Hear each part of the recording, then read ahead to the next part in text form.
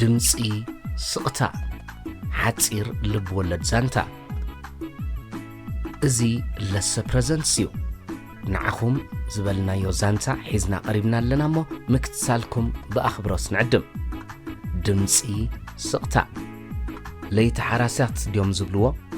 ረፍዲ ኸልበትበት ተድልዮ ነራ ንኽብረት እዛ ሸሓኒ ኣቐብልን ንኽብል እኳ ሓይሊ ስኢኑ ከም ዘለዎ ኣብታ እግሪ ዓራቱ ክትፍእ ዕዕበለ እንታይ ከውፅእ ዘእተዎ ዘይብሉ ዓለም መልሲ ዝተረዳእካያ ዝሃብካያ እዛ ሩሐይከ ዝሃብኳ እኳ ክርብሸን ከሎ ኣይተውፅን እናሰላሰለ ዕዕ ምባሉ ቐጸለ ቁሩብ ጡፍጣፍ ጡፍ በለ ገና እቲ ዝህውኾ ዝነበረ ስለ ዘይወጸሉ ማእከል ኣጻብዕቱ ናብ ውሽጢ ጎረርኡ ብምእታው ገለ ኸውፅእ ተጋደለ ብዘይካ ብርቱዕ ምስርናቕን ድምፂ ዕዕ ምባልን ፋይዳ ይነበሮን ኣብ ቀጽሪ ኾይነን ኣቑሑት ዝሓጽባ ዝነበረ ኣድኡ ነቲ ንኽመውት ዝሰሓግ ዘሎ ዝመስል ድምፂ ኽብረት ወደን ከይተሻቐላ ንዕሽሓ ንሃብዮ ሓዊኽ ሓሚሙሎ በልኣ ንሰናይት ጓለን ነድር ሰናይት ከም መስታበርቂ ብዝሓይሉ ኣጠማምታ ነድኣ ብዘንድድ ኣዒንቲ ሕጅኻ ሓይል ብዝመልኦ ቃና ተዛረበት ኣደይ ንግስቲ እንታይ ሞ ፈሊጠ ምሳኺ ዘለኹ ኪድግዳ ባይታ ኸየበላሸወን ከሎ ምቕጻል ኣየድልየንን እዩ ሰናይት ብፕላስቲክ ዝተሰርሐ ሸሓኒ ቁሩብ ማይ ብምግባር ናብቲ ኽብረት ደቂሱሉ ዝነበረ ክፍሊ ኣተወት ድሮ ኣብ ምድሪ ቤት ተፊኡ ጸንሓ ኣታ መዓሲኻ ልቢ ትገብር ትሪኦ ዘለኻ ዝገዛ ሙሉእ ኣበላሽኻዮ ኣስቆርቆረት ሕጂ እኳ ኣይወሉ ኢለዮ እንታይ መርገሚ ነይሩ ንኣነስ ርእሳ ክትነፂ ቁሩብ ተረፋ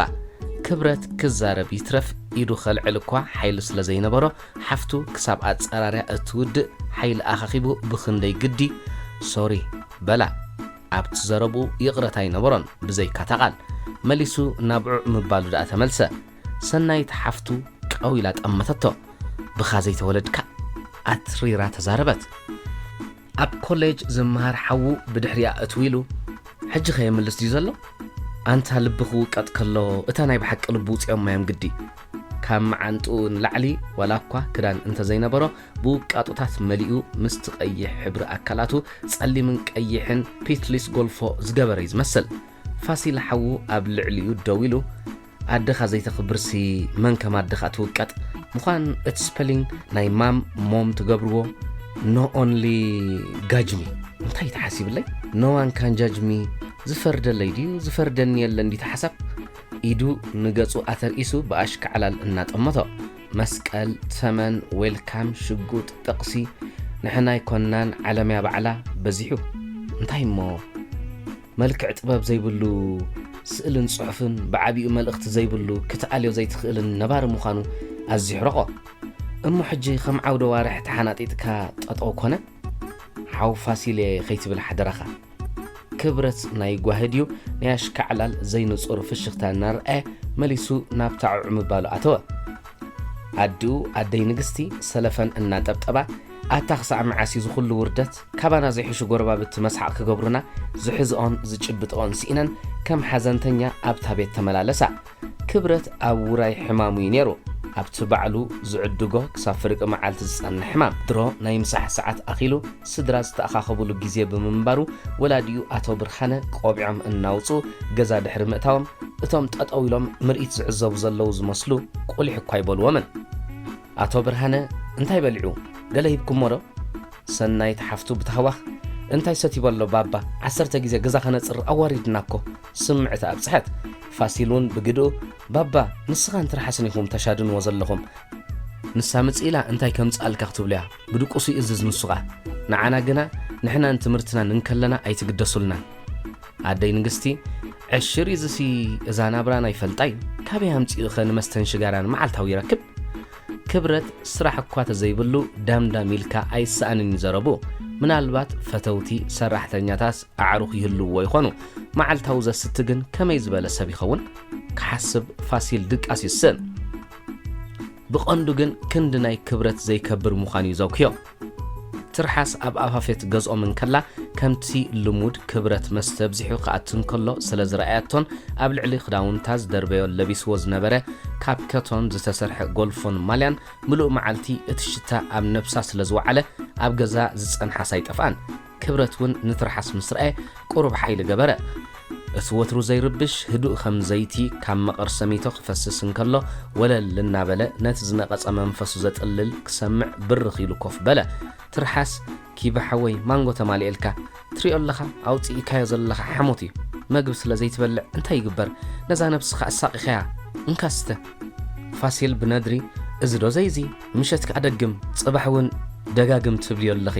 ይሓምም ትጽግንዮ የስተማስል ተጸናንዕዮ ጸገም ደኣ በዓል ንስኽን እንዲኽን ነብኡ ኸይደፍሮም ስለ ዝተሰከፈዩ በዓል ንስኹም ምባል ዘሕነኾ ኣድኣ መመክሕ ባገበረኒ 3 ዓመት መመላእታ ብዘይ ዕረፍቲ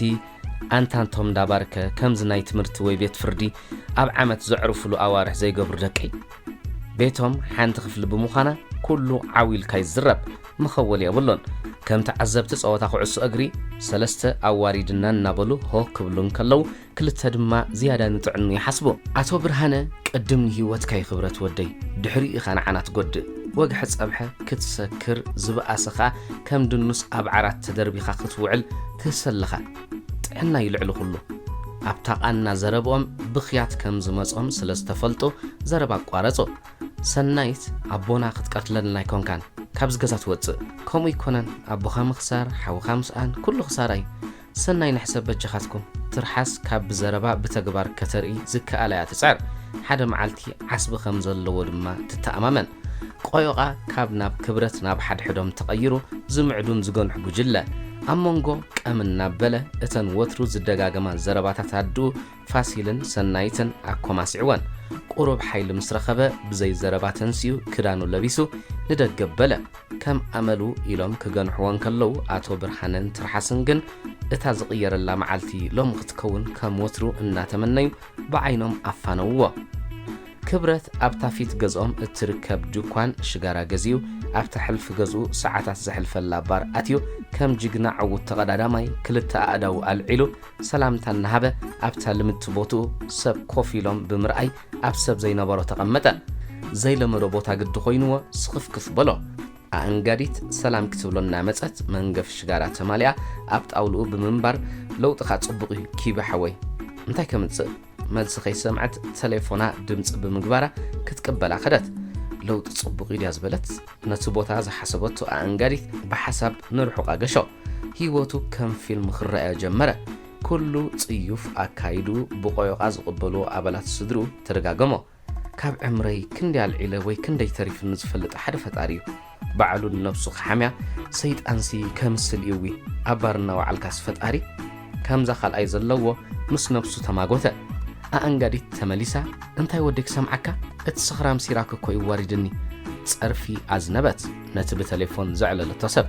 ክብረት ማይ ጋዛ ምጽለይ ኢልዋ ነቲ ኣብ ኢዱ ዝነበረት ሽጋራ ስብር ስብር ኣቢሉ ኣዳቐቓ ማይ ሰትዩ ሕቶ ገና ከይሓተተቶ ኣንጋዲት ለውጥ ጽቡቕ እዩ ኢልዋ ኣብ ካልእ ጽምዋ ቦታ ክኸይድ ተበገሰ ኣምሲ ኣቢሉ ናብ ቤቱ ክኣትን ከሎ ተኣኪቦም ዘዕልሉ ዝነበሩ ስድሩ ዘይሰዓቱ ኢሎም ተገረሙሉ ብቐንዱ ማይ እናጨነወ ምምላሱ እዩ ዘይለመድዎ ብምንባሩ ኣድኡ ክራገማ ፋሲልን ሰናይትን ገለደልዩ መጺኡ እናበሉ ዋዕዋዕ በሉ ክብረት ግን ከምኡ ይነበረን እኳ ደኣ ሰላምታ ብምሃብ ንኣቦውን ንትርሓስን ድምፂ ስቕታኹም ካብ ዘረባን ቆዮቓን ይዓብዩ እሞ ንርእሰይ ስለ ዝሓለኹም ነየመስግነኩም እናበለ ኣብ እግሪ ኣቦኡ ተደፍአ ነቲ ኣብ ኣካላቱ ዘሎ ገፈጥ መፈጥ እኳ ኸይተረፈ ምስ ኩሉ ነገሩ ንዘፍቀርዎ እናዘከረ ንህይወቱ ኸፍቅር በታ መዓልቲ እቲኣን በታ ሰዓት እቲኣን ቃል ኣተወ ክቡራት ተዓዘብትና ንሎሚ ዝበልናዮ ዛንታ እዚ ነይሩ ኣብ ቀጻሊ ብኻልእ ትሕዝቶ ክሳብ ንራኸብ ቤተሰብ ናይዚ ቻነል ክትኮኑ እናዓደምና ስለ ምክትታልኩም ኣዝና ነመስግን ሰላምኩም ይብዛሕ እዚ ለሰ ፕረዘንትስ እዩ